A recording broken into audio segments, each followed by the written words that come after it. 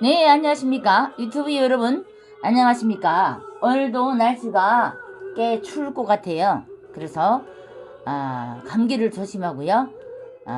오늘의 이야기는 분단위 인권 문제에 대해서 얘기를 좀 해보려고 합니다.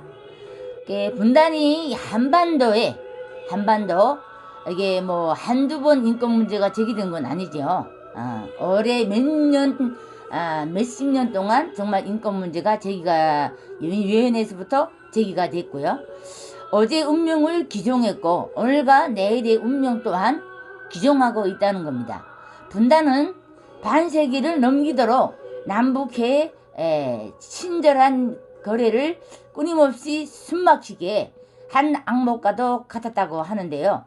분단은 우리 모두의 숨통을 쥐고 의식을 마비시켜 국단의 칼부림과 대학살을 자양케 한 장본인이라고 말할 수 있겠습니다.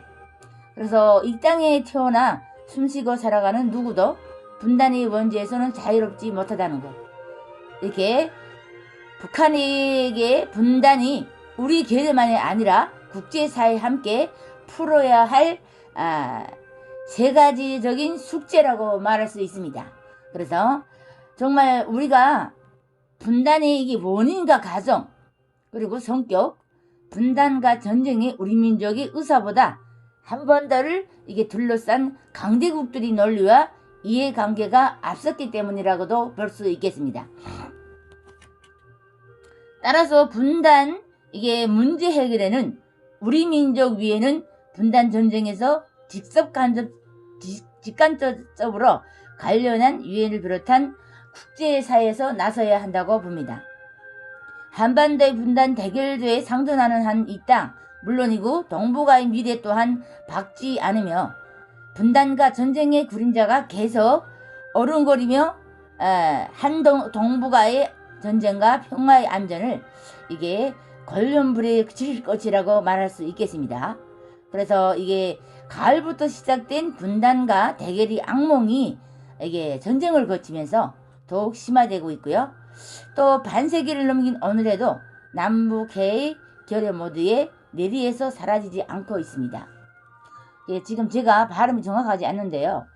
이 좀 햇바닥이 혀가 지금 요즘에 그 탈북민들이 정말 그 댓글이 쉼없이 올라오면서 스트레스를 너무 받아가지고요.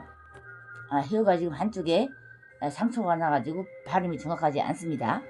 많은 분들이 좀 이해해 주시기를 바라면서 다시 시작하도록 하겠습니다. 이렇게 한반도의 분단과 전쟁 그리고 반세기를 넘는 분단 대결 도구의 지속 이 모든 과정이 거기에도 미국이 끼어 있지요.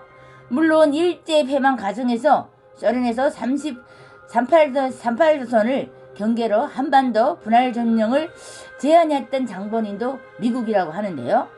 이렇게 들어와 군종의 이름으로 남녘 땅의 진정한 자유 해방의 독립의 모든 꿈을 앗아간 장본인이 미국이라고도 볼 수 있겠습니다. 그래서 이게 또한 이게 미국 작품이었으면 결혼할 가치도 없고요. 또 6.25 전쟁 발발 직후인 1950년 7월 대전에서 당시 이승만 대통령이 메가도에서 이제 건넨 국군 이게 작전 통계권은 여전히 미국 손에 쥐어져 있고요. 분단과 전쟁의 대결의 악몽은 오늘도 계속되고 있습니다. 그래서 이것을 해결하기 위해서는 어떤 것이 필요한지에 대해서 알아보려고 합니다. 첫 번째는 우리에게 미국과 일본, 한국 정부의 주류 언론들이 끝없이 제기하는 이른바 북한 인권 문제 또한 분단 현실의 연장선상 속에서 이해되어야 올바르다고 보고 있고요. 또 북한 인권 문제란 분단과 전쟁을 거쳐서 오늘도 계속된 반세기를 넘긴 이게 북한 대결 구도의 지속이라고 전체 그림에서 함께 보아야 비로소 바르게 이해할 수 있다는 겁니다. 그래서 이 반대의 경우에 북한 인권 문제로서 이제 미국, 일본, 한국 등에서 출발한 이제 거짓 주장과 날조 허상에 불과한 일방적 이념 공개, 그리고 비판을 명기시키는 등 미국의 대북 고립 압살 정책이라는, 즉 전체와 부분 함께 동존하고 보지 않고 따로 떼어 생각할 때 이게 세상에서 어떻게요? 줄곧 인권 문제가 없다는 이런 법을 논쟁만을 반복할 수밖에 없겠지요. 그래서 인권 문제만이 아니라 다른 문제들은 마찬가지예요. 과거 미사일 이제 했을 때 육자 회담에서 이제 북미 관계 개선 조짐이 이제 보였을 때마다 장애를 조성해 회담을 파탄에 이르게 한 당사자가 미국이 온 것은 불과 한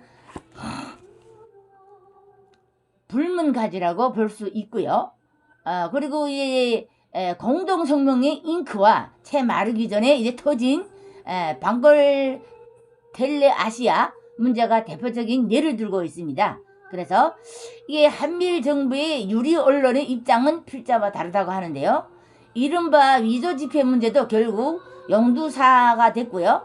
문제를 제기한 당사자가 이제 후지부지 시킨 것이다. 이게 대북 국영 제재가 목적이었던 이제 미국의 체면만 구겨졌다고 합니다.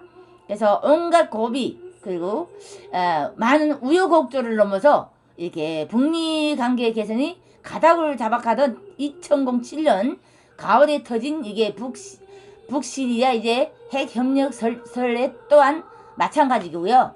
그리고 네오콘과 이해관계가 같은 이스라엘 이후에 또 다른 장애가 조성되는 것으로 보고 있습니다.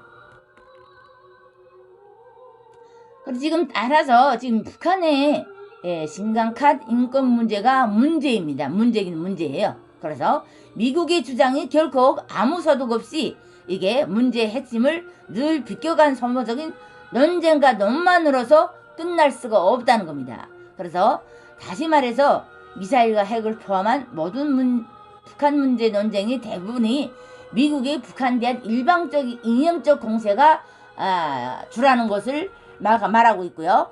과거 이제 소련과 중국, 베트남, 쿠바 등에서 그러했던 본질에서 같은 것이라고 볼 수 있겠습니다.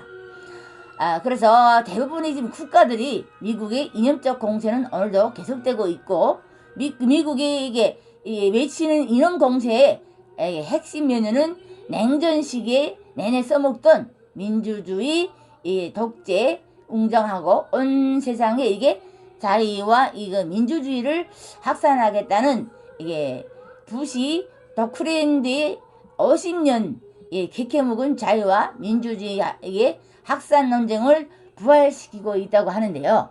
이렇게 세상은 미국 대통령이 아는 단어를 그것밖에 없는가 하며 고슴치는 판이라고도 합니다. 그래서 이게 지금 인권 문제, 핵을 포함한 일제의 북한 문제들이 이게 북미 간의 분단 대결 구도 그리고 연장선상에서 보여야 하는 근본적 문제라고 볼 수 있겠습니다. 이게 세상에서 반복돼서 듣던 북한의 인권 문제 오늘도 지금 계속되고 있죠. 그래서 새 정부가 들어서면서 이 문제는 한미일 정부와 주요 언론 매체들 그리고 반북 단체들이 단글 메뉴로 될 것이라고 볼 수 있고요. 이 메뉴가 과거에 고장난 죽음기로 끝날 것 같지는 않다는 겁니다. 그래서 지금 한국 입국 탈북자들의 행렬만큼이나 날마다 도를 더해가는 놀라운 중원들이 북한 인권 문제 메뉴를 더욱 현란케 할 것이고요. 미루고 또 미루다 드디어 이제 북한 인권 관련해 이제 서론을 마무리게 된 계기도 볼 수 없다고 볼 수 있겠습니다. 이렇게 지금 북한 문제가 이게 세상에서 지금 세 나라 미국, 일본, 이제 한국 이 세 개 나라에서 정말 인권 문제가 세상에 알려졌고요. 또 유엔에서부터 지금 인권 문제 그리고 탈북민들이 이게 많이 오면서 이제 인권 문제가 나날이 많은 것이 이제 함으로 해서 지금 뭐 인권 문제, 북한 인권 문제가 뭐 새로운 단어는 아니죠. 여러분들도 이제 능숙하게 받아들일 수 있는 단어가 돼버렸어요. 그래서 오늘은 여기서 마치도록 할 거고요. 구독 안 하신 분들 구독과 좋아요를 눌러주시기를 바랍니다. 통일방송이었습니다. 감사합니다.